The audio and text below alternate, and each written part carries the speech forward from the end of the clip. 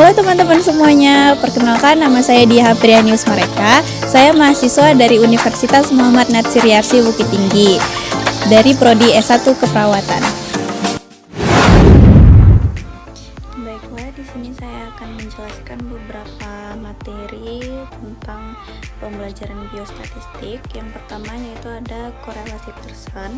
Jadi korelasi Pearson ini adalah metode parametrik yang digunakan untuk menguji hubungan antar dua variabel. Skala data yang menyertai analisis korelasional yang digunakan untuk membuktikan hipotesis yang sifatnya hubungan. Lalu selanjutnya ada uji satu variabel. Untuk uji satu variabel ini untuk menguji apakah data sampel berbeda secara signifikan dari nilai tertentu suatu populasi. Lalu selanjutnya ada jenis hipotesis. Jenis hipotesis ini ada 4. Yang pertama yaitu hipotesis deskriptif. Jadi hipotesis ini menyatakan ekstensi ukuran atau distribusi satu variabel. Contoh, rata-rata anak per keluarga di Jateng adalah 4 orang. Lalu hipotesis hubungan atau asosiatif. Ini menyatakan ada hubungan antar dua variabel, contoh ada hubungan antar kepuasan kerja dan produktivitas. Selanjutnya yaitu ada hipotesis sebab akibat. Jadi ini menyatakan variabel satu mempengaruhi variabel lainnya. Contoh kepuasan kerja memenuhi produktivitas.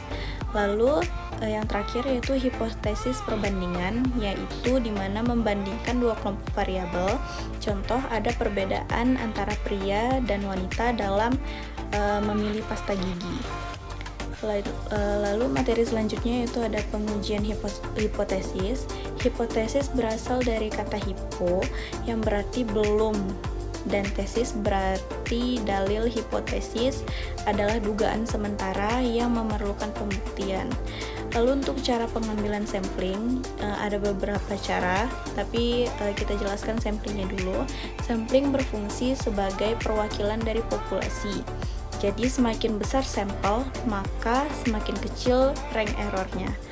Total sampling merupakan seluruh populasi yang diambil untuk menjadi sampel. Dan beberapa cara pengambilan sampel, yang pertama yaitu ada simple random sampling, yang kedua yaitu ada systematic sampling, baru yang ketiga ada stratifikasi sampling, yang keempat ada cluster sampling, dan yang kelima yaitu sample size. Lalu untuk metode pengumpulan data, yang pertama itu observasi. Jadi peneliti mencatat peristiwa atau kejadian yang dilihatnya. Lalu yang kedua ada dokumentasi. Ini dilakukan jika peneliti melakukan kontak dengan subjek penelitian. Lalu ada survei. Jadi di sini peneliti mengumpulkan data melalui kuesioner atau wawancara. Lalu ada eksperimen, yaitu peneliti melakukan suatu percobaan. Nah, untuk materi selanjutnya itu ada skala pengukuran. Jadi data deskriptif dibagi menjadi 2. Yang pertama kategorik. Nah, data kategorik ini data yang tidak menunjukkan tingkatan seperti jenis kelamin, atau datanya itu dalam bentuk nominal.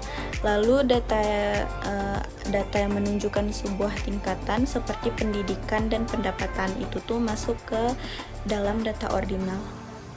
Lalu yang kedua yaitu numerik, contohnya seperti rasio. Lalu di numerik ini ada beberapa bagian. Yang pertama mean, yaitu ukuran pemusatan rata-rata. Lalu median, nilai tengah, modus, angka yang sering muncul. Baru ada standar deviasi atau simpangan baku atau penyimpangan data, yaitu untuk mengukur tingkatan perbedaan data. Lalu ada variat, dan yang terakhir rank. Nah, rank ini merupakan rentang nilai tinggi ke rendah. Lalu yang terakhir ada sumber data. Baru yang selanjutnya ada sumber data. Sumber data ini didapat dari 2. Yang pertama data primer dan data sekunder. Data primer adalah data yang didapat oleh peneliti, dan data sekunder adalah data yang sudah ada pada penelitian sebelumnya atau pada lembaga lainnya. Lalu ada tipe variabel. Tipe variabel ini ada 5 tipe. Yang pertama itu variabel independen atau variabel penyebab sering disebut variabel bebas. Lalu variabel dependen atau variabel yang terikat. Selanjutnya yaitu adalah variabel moderator, adalah variabel yang mempengaruhi variabel independen dan independen. Lalu ada variabel intervening, yaitu variabel yang mempengaruhi variabel dependen dan dependen tetapi tidak dapat diukur. Lalu yang terakhir ada variabel kontrol variabel yang tidak dipengaruhi oleh faktor luar yang tidak diteliti. Nah, jadi secara ringkas, statistik dapat diartikan sebagai data, dan biostatistik adalah yang digunakan untuk mengukur suatu data kuantitatif.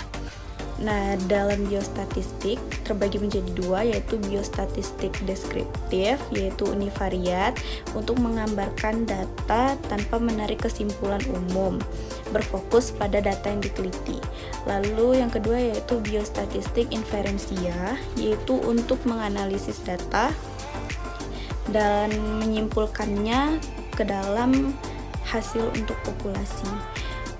Baru statistiknya ada dua, yaitu statistik parametrik dan non parametrik. Statistik parametrik yaitu berupa datanya interval dan rasio. Lalu untuk statistik non parametrik itu datanya berbentuk nominal dan ordinal.